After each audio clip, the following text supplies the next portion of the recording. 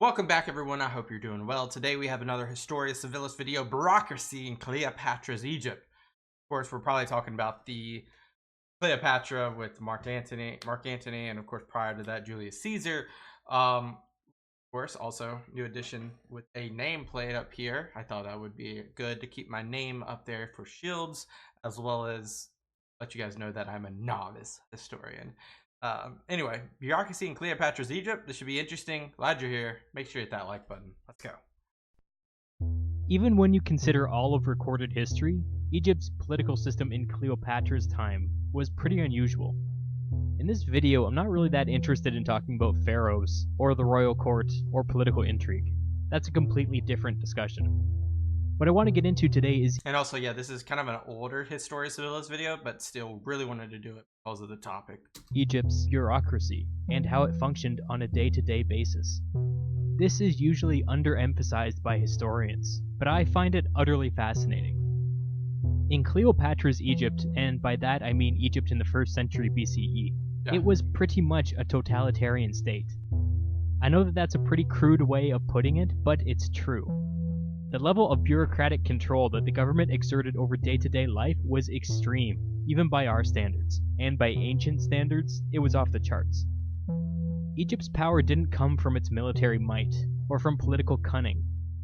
Their power came from incredible wealth. The wealth, in turn, came from agricultural production, which was the envy of the world. And I mean, it's the breadbasket of the Mediterranean, right? Egypt is an oasis, or well, the country of, not the borders of today Egypt, but the Egypt of 1st century BCE is an oasis in a desert. So agriculture is the most important thing, as a lot of places, but more even so here, because of the situation and the environment they live in. Tightly controlled by the state. Almost all agricultural land in Egypt was royal land, and by that I mean that it was personally owned by the pharaohs. The ruler of Egypt, and through them the Egyptian bureaucracy, had absolute control over this land, and through the land, the wealth of the entire country. Let me give you some specific examples. Every year, the Royal Agricultural, I don't know what word to use, Ministry, Department, Bureau, let's just say the Royal Agricultural People, provided farmers with the seeds Trademarked. That's funny. that they were supposed to plant. Since it was royal land, the farmers had no choice but to accept. At harvest time, they were required to return to the Royal Agricultural People the exact same amount of seed that they were given to start with, along with a substantial cut of the crop yields, which served as their rent payment for the year. If you think about it, they were That's not very different than a lot of places though, like throughout history. But I'll keep watching. basically renting the seeds too.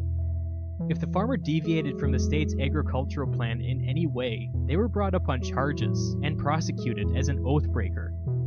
In cases like this, a council of elders called a kenbet would sit in judgment, and the punishment would normally be something like a sizable fine. By the way, the Egyptian legal system was much more flexible than the Roman one. What does that mean though? Romans prided themselves on their strict legalism. The Egyptians, on the other hand, prided themselves on their pragmatism, and their courts reflected this. Which system would you rather be in? A more pragmatic or more by the book? I don't know. I would rather be by the book personally, because it's not up to interpretation in a negative connotation. Now you could obviously be up to interpretation for a positive interpretation, but still, I'd rather be by the book, so I know the deterrence of crimes versus the potential outlooks that I don't foresee.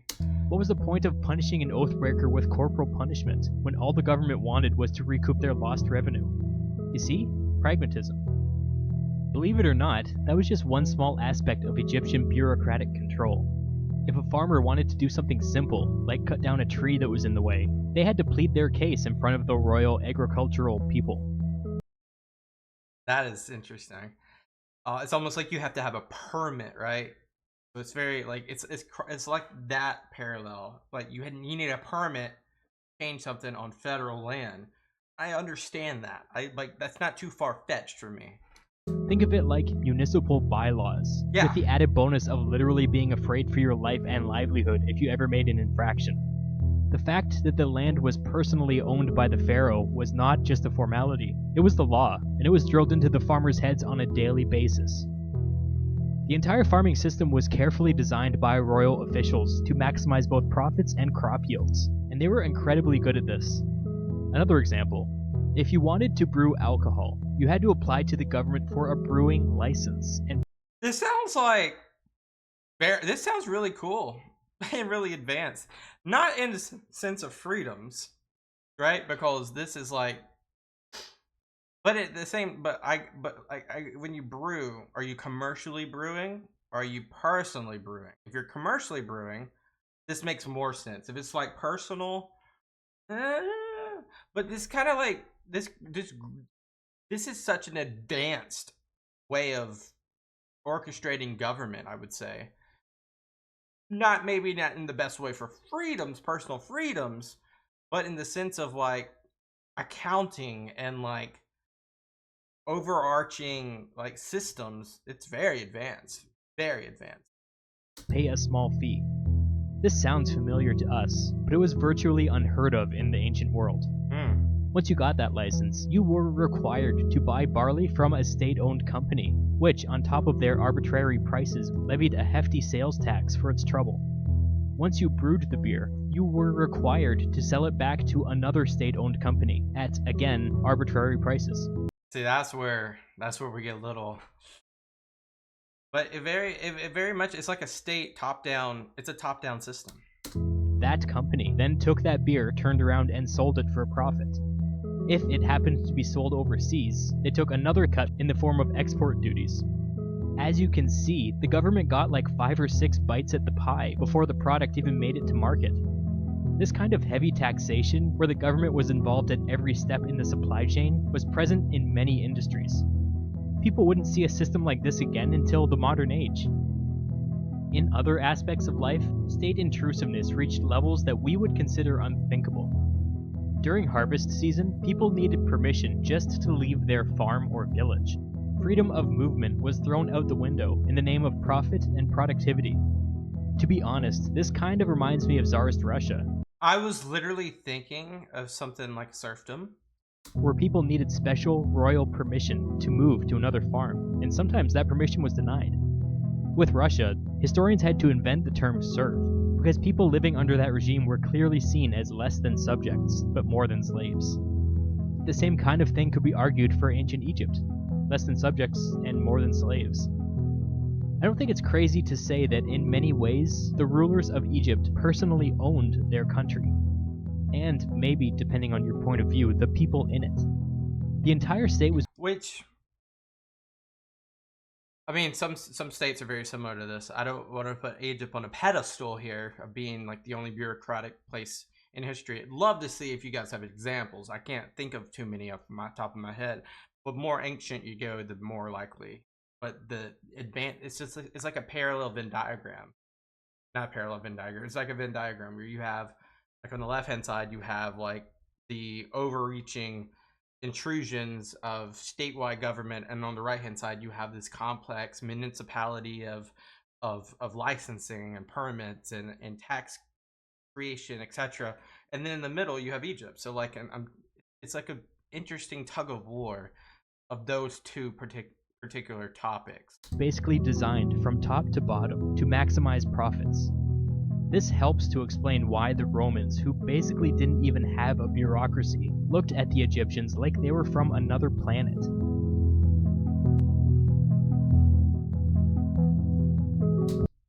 that it?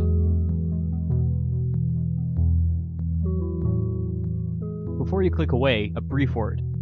I've been really hesitant to go down the Patreon road because, frankly, I look... Okay, that's it.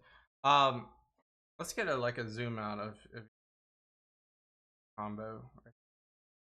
So, very short video.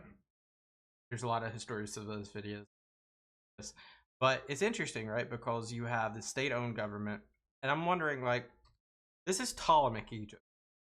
I'm wondering, this is Ptolemaic Egypt, or in this case, Cleopatra's Egypt. I'm wondering, where did they get this government from? Right, this is the Hellenistic period, or the ending of that period, right? So like, are they getting this from like east? Or are they getting this from like people that used to live in Egypt? That, I don't know, like, where are they getting this sort of like methodology from? If you have answers, let me know. But I do appreciate you guys watching and listening and reacting with me today on another Historia Civilis video. That's all we got. Thank you guys so much. I'll see you guys next time. Peace out and bye bye.